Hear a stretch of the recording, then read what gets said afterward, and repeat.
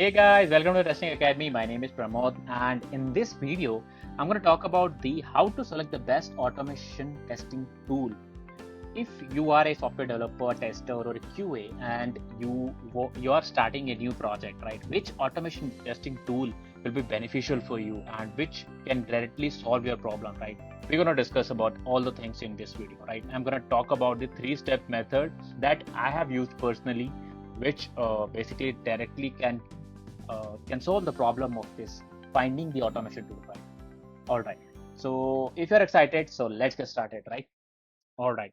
So before we start, guys, I just wanted to let you know that we need to consider certain factors. These are the factors, most important thing. So there are so many factors to consider before we choose a one tool.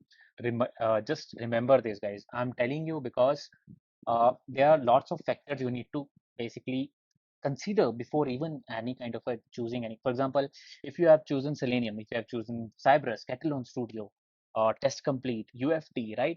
But there are certain points that you need to take care of.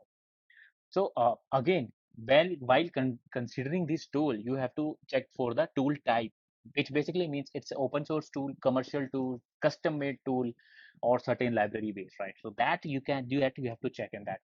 So I'm going to discuss about how you can do it properly.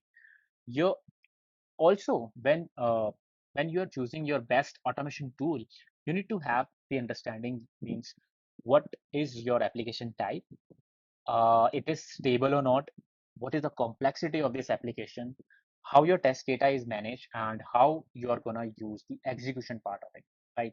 So let me give you a simple example. If you have a SPA app, which is a single page application, or a PWA app, which is a progressive web application, right? If we talk about, they have lots of dynamic content, and I have seen in my experience, this is my pure views, right? I have seen Selenium, especially Selenium, is very much, you can say, is not able to, you can say, uh, have some difficulties with this dynamic web content. Whereas if you choose Cyberus in that case, right, it can automatically handle those XHRs and single page application and progressive web applications, different events and all or triggers. It can automatically handle and basically can give you a better, uh, it can be a better automation tool in that case, right? So I'm just giving you one example, right? So you have to evaluate your basically skill level also for your team, right? So these are the few of the points that I wanted to discuss. So, for example, if you have a team A, which this they have like a members of 10 people, and seven of them know about Java only, right? So now choosing a JavaScript or a Python framework or a Python testing tool will be very difficult for you because your team is not educated, right? And that can take a different ROI, or you can say different problems in that case, right? So that's what I'm going to discuss about it. So so these are the three exact steps that we have used. So the first step is basically understanding your project requirement thoroughly, right? So suppose I have a web application related to SPA or PWA, right? I need to understand how this application is made. Most of the time, if we know about it, right, SPA, these applications are made in simple using some already JavaScript framework like React, Angular, and all, right, or Vue.js, right? So choosing a framework that is very much similar to these tech stack is very much, you can say, it is very much, you can say, uh, is beneficial for you. I mean to say, right? So if you have a web application made with SPA, PWA, and all, choose a framework or a automation testing tool that can basically provide you a uh, structure which is very much similar to your tech stack, right? So what you can do is that you can use Selenium, and that is Selenium with JavaScript, Mocha, and all, right? Or you can go with Cypress, which can be a better choice for you, right? But again, it depends upon the your application type, stability, complexity, your team level, basically team skill level, how much Selenium they know, right? How much they can implement, how better they can implement the expected weights and all, right? So that's you need to understand. So you need to the first step is understand your project requirements thoroughly in that case. Second step is basically consider your existing test automation stack as a benchmark. So if you already have a automation tool that you have already chosen, for example, we have chosen Selenium in one of the cases, right? But when we evaluated Cypress in that case, it was fast, right? For certain test cases which were taking lots of time, certain end-to-end test cases, certain cases where our application was behaving dynamically and all, Cypress was pretty much good in that case, right? So that's when we have chosen Cypress in that case. Uh, in one of the project, we found that okay, Catalan Studios record and playback was extremely easy to do that, and we have covered lots of test cases in that case. So that is again your choice, right?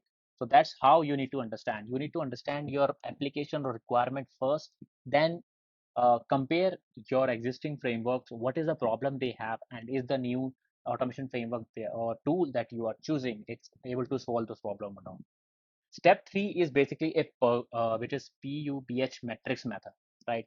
So this is one of the example which talks about what is the effectiveness of the automation tool. So this is just a dummy data, I mean, don't consider it, but I will recommend you to read this concept, which is PUBH metrics. It's about talk about effectiveness, ability of the resources, support from business, long-term benefit, time to implement, easy to use, and cost to implement, right? So you're gonna just make them enter the amount or enter the basically you can just number them and uh, type your tools means how give them a number and after choose the automation tool or automation testing tool in that case, right? I'll recommend you there to read more about it because I'm not going to explain as of now in this video, but read about the PUBH metrics which can definitely help you to choose your next automation tool, right? All right, so another important point, so let me close them one by one. Another important point, which is like questions you need to answer before choosing any kind of right automation tool, is that what is your team level or expertise, right? If your team expertise is only in Java, choosing a tool with Python will give you a very hard time, right? So it. That's a big no-no in my case, right? Which tech stack your application have, right? And which tool is close to, I mean to say, close to and is fulfilling the maximum criteria, right? So if you have a tool already, if you have a web application ready, then choosing a framework which is similar tech stack related to, for example, using a JavaScript framework with Selenium bindings, right?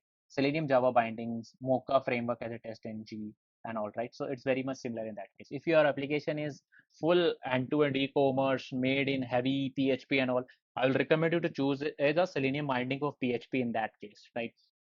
Or you can use certain Catalan Studio and all. You can try out, right? And see which one works the best in that case. Keep in mind your test automation ROI roughly in that case. I will recommend you to read about what is test automation ROI, right? So it's basically about the investment and the savings done when you have basically automated a particular project, right? So how much you have saved your manual efforts in that case. So keep in mind your test automation ROIs, right? So that's example. This is just one. So let me put myself here. So that's all about it in this video. I hope you have learned something new. So that's how we choose how we have chosen the best automation testing tool for us, right? Let me know in the comments if you have any kind of a doubt, and let me know if you have any doubt, right? And let me know how this video was, right? I'll see you in the next video. Thanks a lot for watching. This is your host Pramod. Bye. I'll see you in the next video.